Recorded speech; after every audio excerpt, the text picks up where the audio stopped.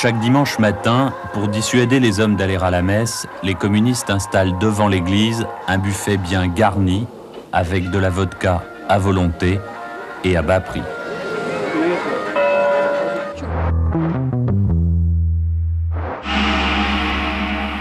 À mi-chemin entre Moscou et la frontière polonaise, le sovkhoz Mir, une ferme d'État de 5000 hectares. On y cultive du lin, mais surtout du blé et du fourrage pour nourrir 15 000 bovins. Le sovkhoz produit de la viande et du lait. Les terres sont épuisées, pas de rotation correcte des cultures et trop d'engrais employés à tort et à travers. Les mauvaises herbes envahissent les blés, les machines ont du mal à moissonner les champs. Les directives, venues d'en haut, sans tenir compte de l'expérience des paysans, ont réussi à rendre médiocres des sols de bonne qualité. La première explication à la pénurie endémique de produits alimentaires en URSS. Le sovkhoz Mir est situé à une centaine de kilomètres au nord de Tchernobyl. Par chance, il a été peu contaminé. Sa production semble saine, mais les habitants ont attendu plusieurs mois avant d'être informés du taux de radioactivité dans la région. Personne ne savait s'il y avait des radiations ou pas. On n'avait pas d'informations, mais on n'avait pas peur parce que de toute façon, c'était pareil pour tout le monde.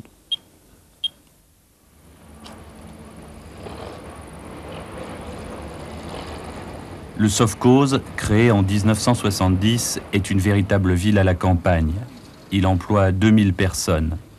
Autour du centre administratif, on a construit des HLM pour les employés.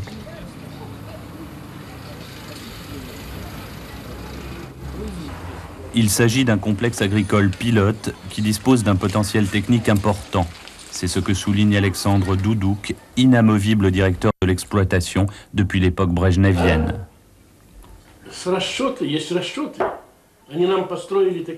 Dans notre sovkhoz, tout est mécanisé. C'est grâce à cette mécanisation qu'on a fait des économies et qu'on dégage aujourd'hui des bénéfices. Cette année, la récolte a été la meilleure depuis 10 ans.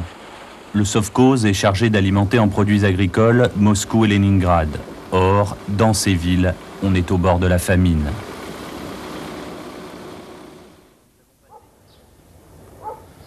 Nous avons passé 10 jours dans la ferme collective pour essayer de mieux comprendre les blocages du système qui aboutissent à un tel désastre. Ivan et Nina, son épouse, sont 2 paysans moyens du sovkhoz.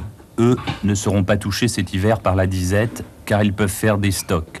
Mais c'est au prix d'un véritable esclavage qui les enchaîne à la terre 365 jours par an. La journée d'Ivan et Nina commence à 6 heures du matin. Chaque jour, il faut nourrir les bêtes qu'ils élèvent sur leur lopin de terre. J'ai 2 vaches, j'ai aussi des cochons. Et pour les nourrir, j'achète environ 300 kilos de blé au sovkhoz. Avec le revenu du lopin de terre, Ivan et Nina doublent leur salaire. Leur situation financière s'améliore, mais pas la qualité de vie au sovkhoz.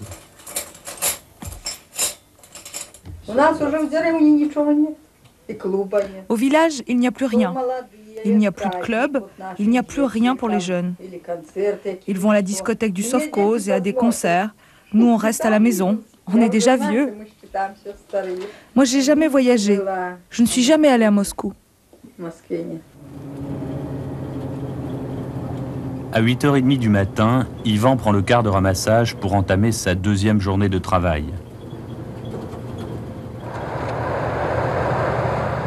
Ivan est conducteur de tracteur, une indéniable promotion sociale pour ce fils de paysan sans terre. Il gagne 200 roubles net par mois pour 42 heures de travail par semaine. Un petit salaire. Il a droit à 1 mois de congé payé et à la sécurité sociale car il est adhérent au syndicat. Ici, ça va bien. Les gens sont bien, avec les collègues, on s'entend bien. Ivan découvre le matin même le travail qu'il aura à accomplir dans la journée.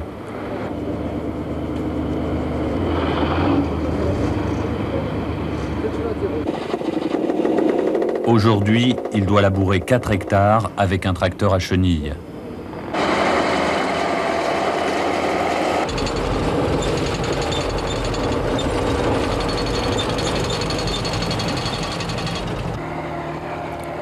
Nina, elle, se rend à pied à l'étable du Sovkhoz.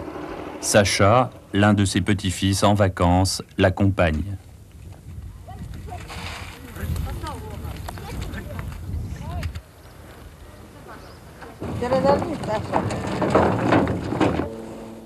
Pour 150 roubles par mois, elle change la litière des vaches.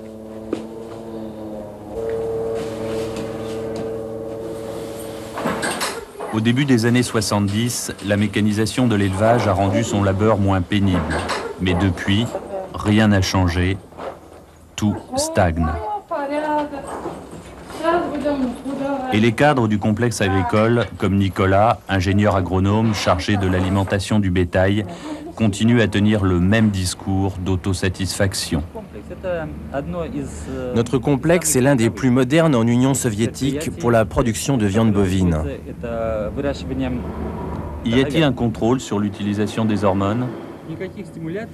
Les hormones ne sont pas interdites en URSS, donc il n'y a pas de contrôle. Et de toute façon, on n'en produit pas dans notre pays. Pendant la pause, on bricole le matériel à bout de souffle. Il y a constamment une machine sur 2 en panne. Un matériel dépassé. Avec un tracteur moderne, Ivan nous assure qu'il labourerait 2 fois plus de terre dans la journée.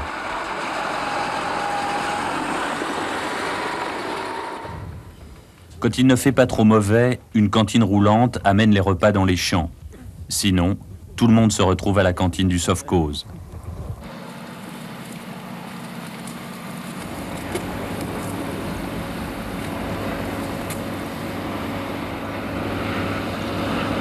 Pendant ce temps, le directeur, lui, surveille son domaine.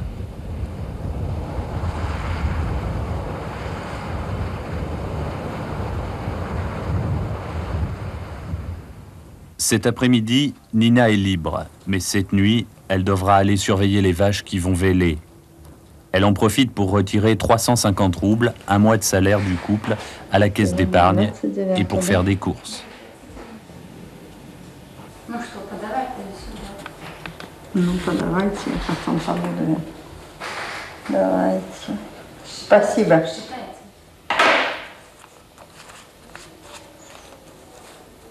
Спасибо. У нас мало денег. Nous, on n'a pas beaucoup d'argent sur notre livret. Environ 1000 roubles. Mais il y en a qui ont beaucoup plus. L'hiver arrive et il me faut un manteau. Je vais aussi aider mes enfants à acheter des vêtements d'hiver et des stores pour leur maison.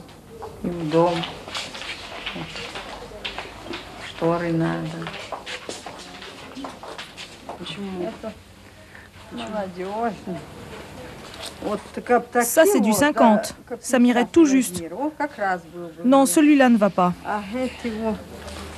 Хорошо. Хорошо.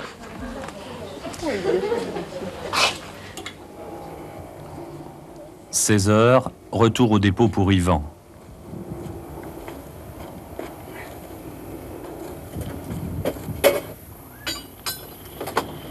C'est là que nous rencontrons Piotr Gidel. Le Sovkhoz lui a payé ses études d'ingénieur à Minsk.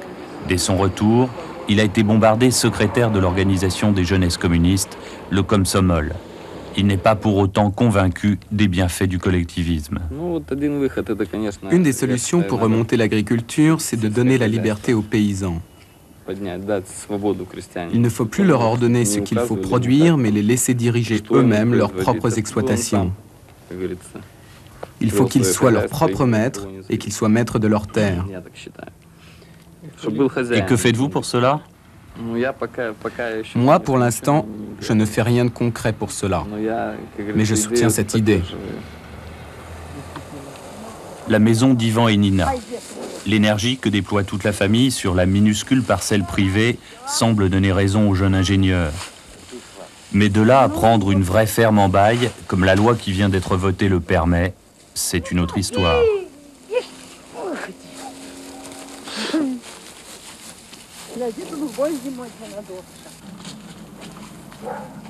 Les vieux préfèrent attendre la retraite, si modeste soit-elle. Les jeunes, comme Victor, l'un des gendres d'Ivan, hésitent.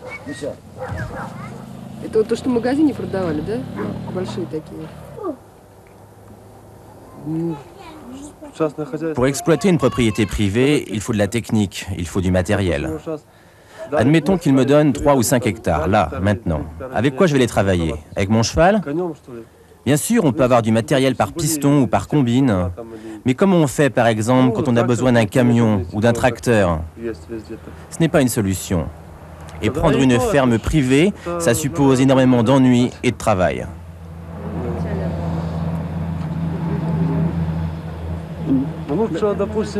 Il vaut mieux avoir un cochon de plus et le vendre quand on l'a engraissé, ça rapporte davantage.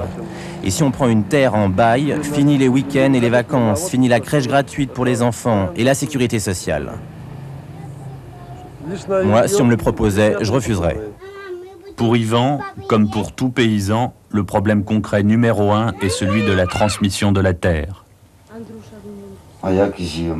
Mais alors, comment on fait pour la terre? Disons, il y a le père, le fils, la fille. La terre, il faut la partager avec les enfants. Admettons que le fils se marie et quitte le père. Et que la fille se marie aussi. Dès qu'on les a mariés, il faut donner un morceau de terre à chacun. Et où on va la trouver, la terre? Et comment on va pouvoir acheter si personne ne veut vendre? Traditionnellement, la famille se retrouve le samedi soir dans l'isba qu'Ivan et Nina ont réussi à acheter avec leurs économies. Elle leur a coûté 7000 roubles, environ 2 ans de salaire. Le repas de famille, c'est à peu près la seule distraction de la semaine pour les grands-parents, les enfants et les petits-enfants qui vivent tous dans le village.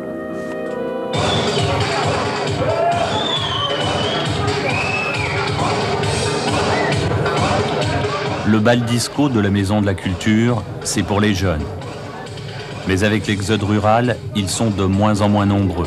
Le directeur, d'ailleurs, voudrait le supprimer, car, selon lui, il attire les voyous de la ville voisine de Baranovici.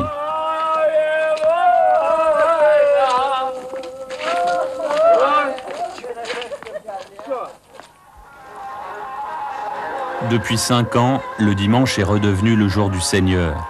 L'église orthodoxe, installée au centre de l'ancien bourg, fait le plein.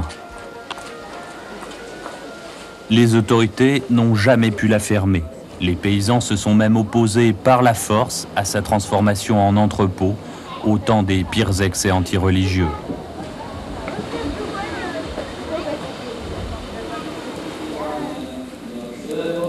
Aujourd'hui, la quasi-totalité des enfants du Sovkhoz assistent à l'office organisé par le POP à la veille de la rentrée scolaire. Nina y amène son petit-fils qui vient de passer un mois dans un camp de pionniers communistes.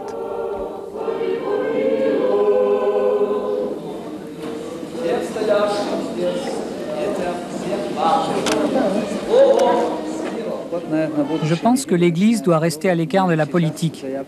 Mais en ce qui concerne le président Gorbatchev, je le soutiens pour ses positions sur la liberté religieuse.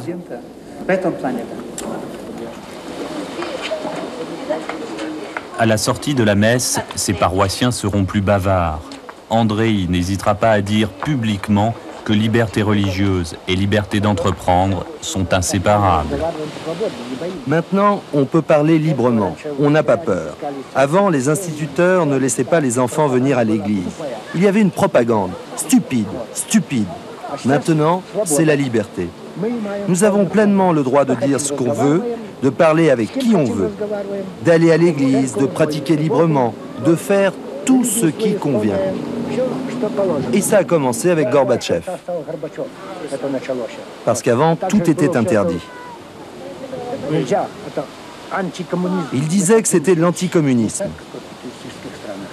Nous ne voulons pas vivre comme dans les pays capitalistes. Nous voulons vivre notre propre vie, qu'on soit libre, qu'on puisse travailler librement sur la terre, qu'on soit maître de la terre, que personne ne puisse m'ordonner ce que je dois semer, récolter et combien je dois gagner.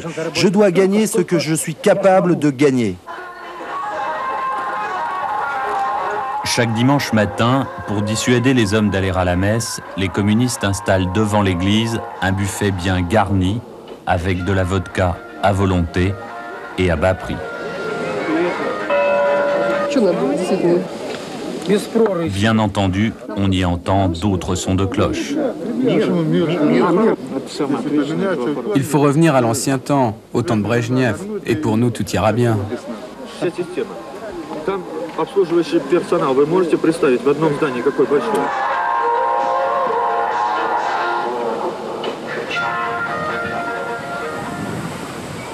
Après la messe, le reste de la journée se passe en famille.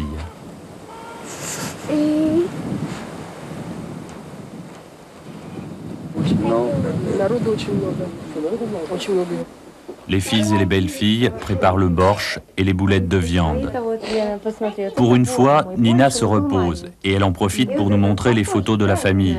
Celles de son mari lorsqu'il faisait son service militaire, les photos d'école, celles de ses petits-enfants. Un de ses grands regrets, nous confiera-t-elle, c'est de ne pas avoir pu se marier à l'église. Svetlana, sa belle-fille, nous raconte comment elle a fait baptiser sa fille aînée en cachette, sous peine de perdre son emploi. À 6 heures, la voiture est arrivée, à 6 heures du matin. Le prêtre nous avait dit d'être à 8 heures à l'église, qu'il nous y attendrait. Nous avons pris l'enfant sur les genoux, il y avait le parrain. Le voilà, le parrain. Il y avait aussi la grand-mère Nina.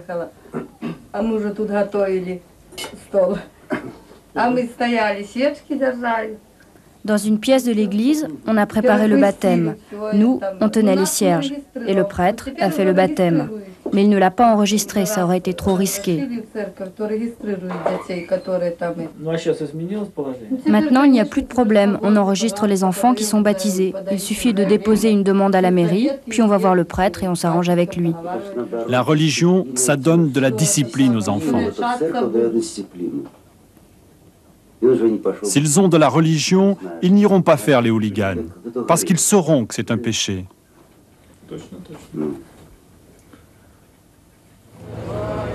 L'après-midi s'achève par une procession autour de l'église. Le métropolite de Minsk a fait le déplacement.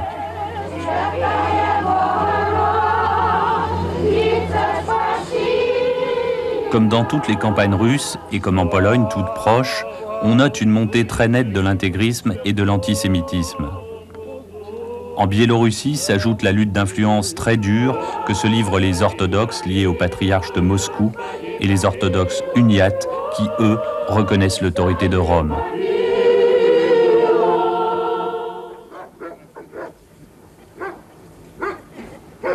Lundi matin, 6h30, la routine. Ivan va livrer son lait au collecteur du Sovkhoz. 30 kopecks, 30 centimes le litre, une misère, alors qu'il est quasi introuvable dans les magasins des villes.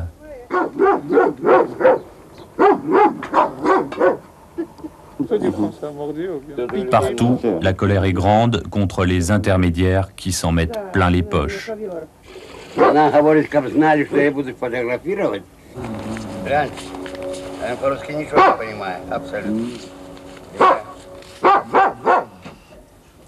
Alexandre, le fils cadet d'Ivan, trouve normal d'utiliser le camion du Sovkhoz comme car de ramassage scolaire, et cela pendant ses heures de travail. D'autant que les autorités ferment les yeux. Ce sont tous ces petits avantages qui attachent les paysans au système en place, et les dirigeants du Sovkhoz n'hésitent pas à en jouer pour défendre l'agriculture collectiviste.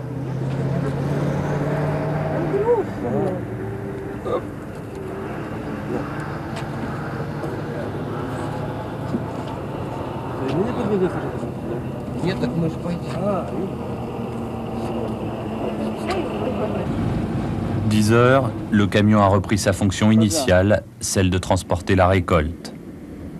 Parce que du blé, il y en a dans les silos, mais le directeur ne veut pas le livrer. Les difficultés des citadins, ce n'est pas son problème. L'ancien député de Biélorussie préfère garder le grain pour les bêtes.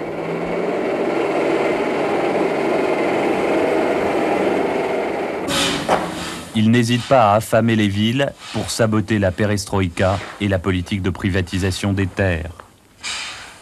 Il avait ainsi décidé d'investir des sommes folles dans un élevage de chevaux de race plutôt que dans des machines. Il espérait gagner des devises en fabriquant une boisson pétillante à base de lait de jument. Un fiasco total. Aujourd'hui, il se lance dans une autre expérience. Les chevaux qui ne sont pas bons pour la reproduction, nous en ferons du saucisson. Et on gagnera des devises en le vendant aux hôtels pour étrangers.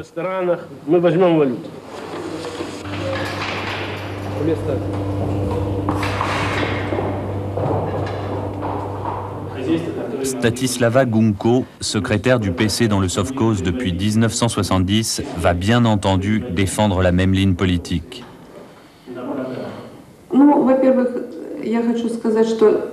L'organisation du parti a toujours travaillé avec l'administration du Sovkhoz et l'administration du syndicat.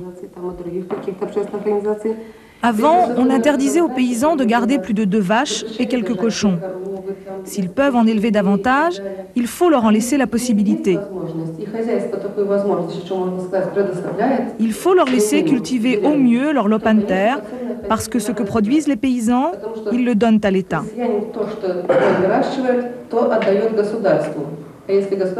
Et si c'est à l'État, c'est à tout le monde. C'est pourquoi je suis pour la défense du lopin privé. Alors, vous êtes contre la politique de location des terres de Gorbatchev? Moi, je suis pour l'honnêteté et pour que nos gens vivent bien. Je suis pour un dirigeant qui serait respecté et apprécié par le peuple. Alors, pour qui êtes-vous? Vous voulez me demander si je suis pour Gorbatchev ou pour Ligachev? Pour l'instant, le directeur, avec l'appui du parti et du syndicat, a suffisamment de moyens de pression pour dissuader les paysans de s'installer à leur compte. Mais cette politique a de plus en plus de mal à passer. Le Komsomol, la jeunesse communiste, a perdu 1/3 de ses adhérents en 1 an. Et la très grande majorité des paysans du Sovkhoz soutient Gorbatchev parce qu'il leur a rendu la liberté religieuse.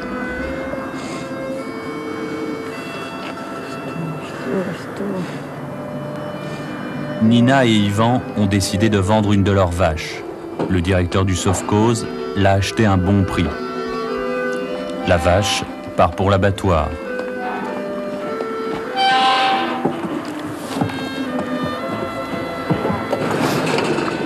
Dans le village d'Ivan et Nina, comme dans les campagnes russes, on mange à sa faim. Mais depuis 1 an, dans les grandes villes du RSS, on n'a plus de viande.